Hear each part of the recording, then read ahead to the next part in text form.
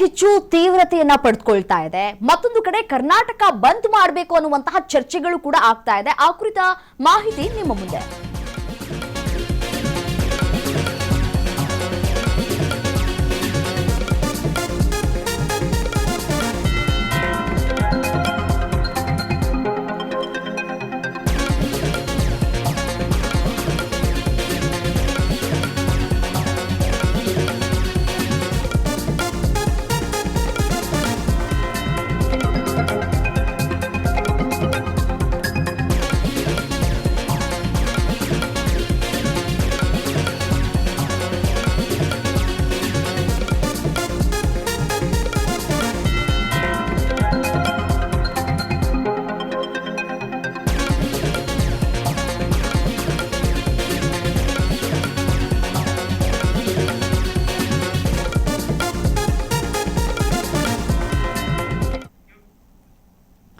ಕಾವೇರಿ ಕಿಚ್ಚು ತೀವ್ರತೆಯನ್ನ ಪಡೆದುಕೊಳ್ತಾ ಇದೆ. ಕರ್ನಾಟಕ ಬಂದ್ಗೆ ಚರ್ಚೆಗಳಾಗ್ತಾ ಇದೆ. ತಮಿಳುನಾಡಿಗೆ ನೀರನ್ನ ಹರಿಸೋದಕ್ಕೆ ಸಿಡಬ್ಲ್ಯೂಎಂಎ ಆದೇಶವನ್ನ ಹೊರಡಿಸಿದೆ.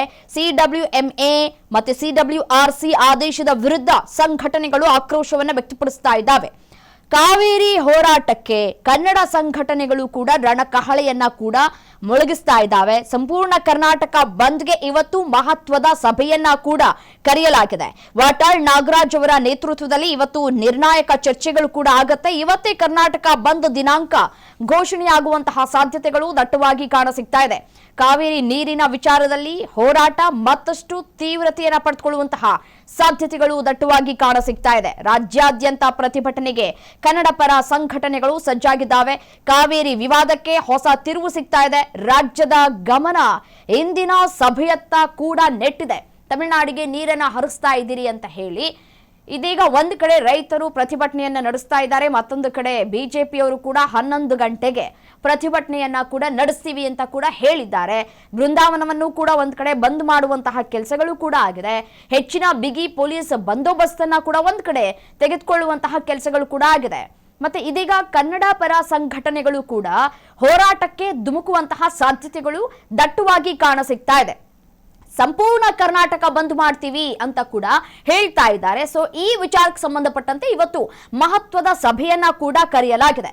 ವಾಟಾಳ್ ನಾಗರಾಜ್ ಅವರ ನೇತೃತ್ವದಲ್ಲಿ ಇವತ್ತು ನಿರ್ಣಾಯಕ ಚರ್ಚೆಗಳು ಕೂಡ ಆಗತ್ತೆ. ಯಾವಾಗ ಈ ಕರ್ನಾಟಕ ಬಂದ್ ಅನ್ನ ಮಾಡಬೇಕು, ಯಾವತ್ತು ಮಾಡಬೇಕು ಅನ್ನೋದರ ಕುರಿತು ಚರ್ಚೆಗಳಾಗತ್ತೆ ಇವತ್ತಿನ ಸಭೆಯಲ್ಲಿ ಚರ್ಚೆಗಳಾದ ನಂತರ ದಿನಾಂಕವನ್ನ ಘೋಷಣೆ ಮಾಡುವಂತಹ ಸಾಧ್ಯತೆಗಳು ಕೂಡ ದಟ್ಟವಾಗಿ ಕಾಣಸಿಗ್ತಾ ಇದೆ. ಕಾವೇರಿ ನೀರಿನ ವಿಚಾರದಲ್ಲಿ ಹೋರಾಟ ಮತ್ತಷ್ಟು ತೀವ್ರತೆಯನ್ನ ಪಡೆದುಕೊಳ್ತಾ ಇದೆ. ರಾಜ್ಯಾದ್ಯಂತ ಪ್ರತಿಭಟನೆಗೆ ಕನ್ನಡ ಪರ ಸಂಘಟನೆಗಳು ಕೂಡ ಸಜ್ಜಾಗಿದ್ದಾವೆ. ಕಾವೇರಿ ವಿವಾದಕ್ಕೆ ಹೊಸ ತಿರುವು ಕೂಡ ಪಡೆದುಕೊಳ್ತಾ ಇದೆ. ಇವತ್ತು ನಡೆಯುವಂತಹ ಸಭೆ ಏನಿದೆಯಲ್ಲ ಅದು ಬಹಳ ಮಹತ್ವವನ್ನ ಕೂಡ ಪಡೆದುಕೊಳ್ತಾ ಇದೆ.